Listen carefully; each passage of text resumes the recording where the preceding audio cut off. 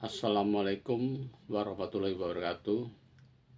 Jumpa lagi dalam acara Cerita Hati Mengasah Spiritualitas bersama saya Ezrinal Aziz. Konten ini saya beri judul tentang poligami. Ini cukup sensitif ya. Dan topik ini menjadi isu negatif ya, menjadi tempat kritik ya, tempat kritik yang titik lemah ya, agama Islam bagi mereka yang tidak suka terhadap Islam, terutama masyarakat Barat ya, yang menganggap Islam itu identik dengan poligami, dan itu menjadi titik kritik yang cukup keras ya terhadap Islam.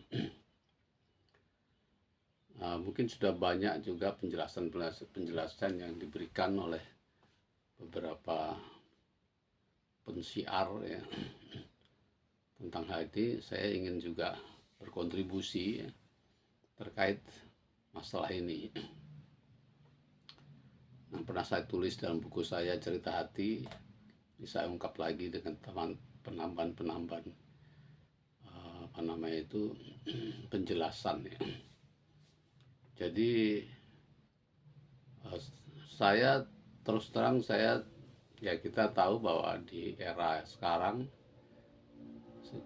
kalau di Indonesia era emansipasi yang dibangun oleh Kartini 120 tahun yang lalu, kemudian kita saksikan bersama di tahun 70-an ada gerakan Women Lips ya, kebebasan wanita dan perlindungan terhadap wanita makin kuat ya posisinya di masyarakat sosial. Dan sekarang kita juga melihat aktivis-aktivis perempuan yang feminis ya, yang membela hak-hak perempuan, dan saya berada di belakang itu. Saya bersimpati dan mendukung ya gerakan-gerakan yang mendudukan wanita sebagai posisinya sama dengan kaum lelaki. Nah, perspektif saya mungkin agak berbeda ya, saling melengkapi, harusnya ditambahin itu. Laki-laki dan wanita itu sama kedudukannya di mata Tuhan juga, di mata kemanusiaan juga, hanya saling melengkapi saja. Itu filosofinya seperti itu.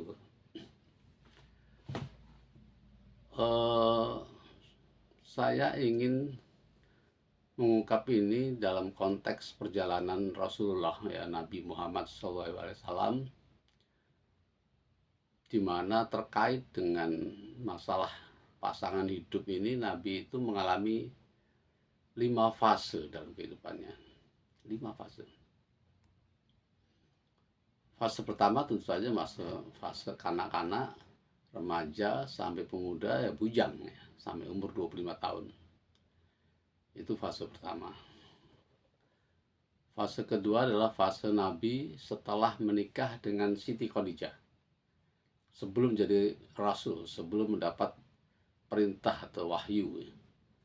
Jadi dari umur 25 sampai 40 tahun itu adalah fase Nabi dalam hidup berkecukupan, karena menikah dengan seorang janda yang kaya dan baik sekali.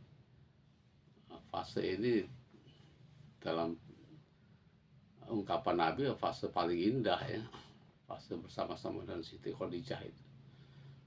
Dan itu fase kedua. Fase ketiga adalah fase di mana dia mendapat wahyu dan masih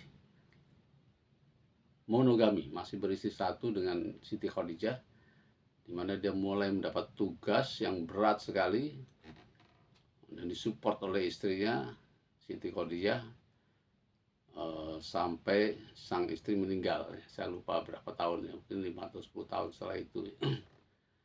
Itu fase-fase berat ya, perjuangan mensiarkan Islam, mendakwahkan Islam. Setelah Siti Khadijah, fase keempat adalah fase duda. Nabi tidak menikah cukup lama. Itu masih fase-fase, karena masih fase-fase perjuangan ya, untuk mempertahankan umat Islam ini dari rongrongan masyarakat di luarnya menjadi suatu masyarakat yang kokoh, ya, kuat. Itu fase Nabi membujang. Nah, setelah Islam kuat, ya, dan Nabi kemudian membangun suatu masyarakat yang berbeda, ya, masyarakat yang demokratis sebenarnya, masyarakat yang disebut madani istilahnya, yang terdiri dari berbagai macam kelompok umat, ya. Tentu ada umat Muslim, ada Nasrani, ada Yahudi, dan ada musyrik. Nah, ada orang yang menyembah berhala, itu masih mendapat tempat, ya, di dalam pemerintahan Rasulullah itu. Nah, pada fase itulah Nabi memperhatikan poligami, ya. Karena desakan sahabat, ya, Nabi harus menikah ini. Kemudian ada juga sahabat yang menyerahkan anaknya supaya terjadi pertalian yang kuat, ya. Siti Aisyah itu sudah dinikahkan sejak usia belia yang 9 tahun, ya. Apa namanya itu, tapi baru dia gauli Nabi setelah dia tentu saja dewasa, ya. Ada juga yang menikah sepupu Nabi juga, Zainab, yang dinikahi dalam kondisi gadis. Rasanya hanya 2 itu yang gadis. Itu atas perintah Allah pernikahan itu. Nah, yang lain itu sebagian besar adalah janda-janda yang kehilangan suaminya karena fase perjuangan tadi, mati di peperangan dan sebagainya. Jadi ini lebih banyak ke fase sosial. Itu sedikit penjelasan awal. Jadi fase Nabi berpoligami itu hanya sebentar dalam kehidupannya itu, yaitu di akhir-akhir hayatnya, ya. Mungkin di usia 50-an sampai 60-an, ya. Sedang 4 fase sebelumnya itu Nabi bujang, duda, dan monogami, ya. Mempraktekkan monogami. Sehingga kalau boleh saya menganjurkan bahwa memang hidup yang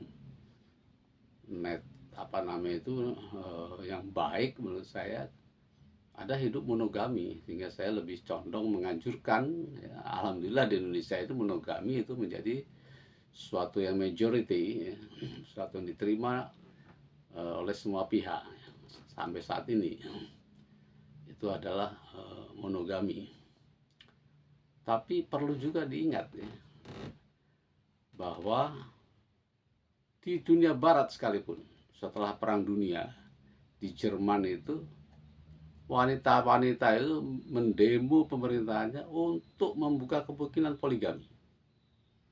Ya, karena banyaknya janda yang tidak ternaungi. Ya. Kami juga berhak punya suami. Ya. Sedangkan lelaki sudah jauh lebih kurang karena peperangan, mati di peperangan. Ini kebalikannya. Ini sama seperti zaman Rasulullah, ya. Banyak pemuda laki-laki yang tewas karena perang dunia itu, sehingga banyak kaum wanita itu yang secara sosial memerlukan perlindungan, ya, Jadi apa yang hendak saya katakan adalah bahwa pada prinsipnya hidup keluarga yang ideal, ya, yang baik itu monogami. Akan tetapi kita tidak boleh menutup mata atau melarang untuk berpoligami, ya.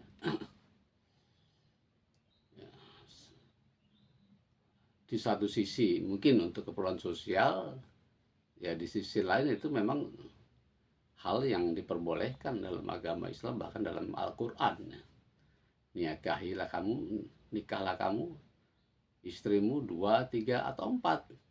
Akan tetapi ditambah satu lagi, kecuali kalau kamu khawatir tidak bisa berlaku adil, maka cukup 1 saja. Jadi 1 pun tuh anjuran Al-Quran, ya, 1 pun anjuran Al-Quran.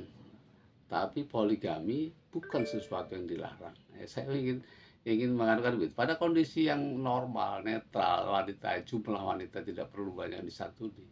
sebaiknya kita bermonogami saja. Karena banyak persoalan di poligami itu. Tetapi kalau terpaksa, maupun tidak terpaksa juga nggak apa-apa ya, kita berpoligami. Karena saya melihat sendiri ada sosok lelaki yang mampu dan dia beristri 3 kalau nggak salah, dan istrinya baik-baik saja, bisa menerima itu karena dia bisa berlaku adil ya, bahkan satu rumah.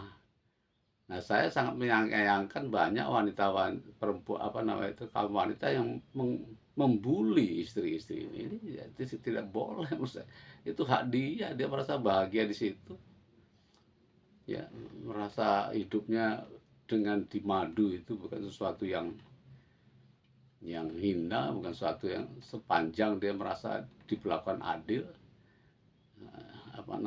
dan dia tidak memperasaan. Saya kira kita tidak boleh membuli, menghakimi dan sebagainya. Silahkan ya. Tetapi sekali lagi, secara umum saya mendorong atau mengendorse untuk hidup bermonogami saja. Poligami silahkan, karena ada juga satu ayat yang bisa pada wanita itu, karena sulitnya menerima di madu itu sebetulnya sangat sulit. Tapi kalau wanita bersedia dan ikhlas di madu, jaminannya surga ya. Ini wallahu alam, ini keyakinan. Jadi marilah kita bisa menerima keduanya secara objektif. Terus satu lagi, jangan dikira hidup poligami di Nabi berpoligami tanpa masalah. Jangan dikira begitu. Itu istri-istri Nabi itu juga saling ada satu istri yang dulu diperoleh oleh Nabi karena peperangan ya. Ada istrinya Kinanah, itu orang musyrik Quraisy, kalah perang. Maka sang istri ini kemudian karena kedudukannya tinggi oleh sahabat diajukan ke Nabi. Ini bagaimana Nabi? Ada wanita yang pada saat itu memang kalau wanita yang diperoleh karena peperangan itu menjadi tawanan, tapi diperlakukan dengan baik. Nah, jangan dikira seperti budak yang diperlakukan dengan baik. Kemudian diajukan ke Nabi karena ini bukan orang sembarangan. Nabi lalu meminta wanita itu memilih, saya bebaskan kamu kembali kepada bangsa orang Quraisy, atau kamu masuk Islam dan saya peristri. Itu secara sukarela ya. Dan ternyata si wanita ini memang sudah sejak awal dulu hatinya sudah terpaut kepada Nabi. Bahkan dia bermimpi didatangi bulan. Dan dia terjemahkan itu dia akan dinikahi oleh orang yang terhormat. Akhirnya dia masuk Islam dengan baik dan menjadi istri Nabi. Dan ini menjadi kecemburuan istri-istri yang lain. Bukan tanpa apa-apa, istri-istri lain itu bersekongkol mengucilkan sang istri ini. Ini ada dalam Quran pun ada. Sehingga Nabi perlu menasehati istri-istri lain bahwa si wanita ini sungguh-sungguh mencintai dia juga. Jadi ini sebagai pengimbang aja, jangan dikira Nabi itu fine-fine aja itu dengan istri yang beberapa itu. Sekali lagi saya menghargai gerakan-gerakan emansipasi, gerakan-gerakan feminisme, tapi ya jangan berlebihan ya. Kita proporsional saja, semuanya kita persilakan, tidak ada yang paling benar dan paling baik, tergantung situasi, tergantung masing-masing pihak. Sekian saja, mudah-mudahan bermanfaat. Sampai ketemu lagi dalam acara Cerita Hati berikutnya. Wassalamualaikum warahmatullahi wabarakatuh.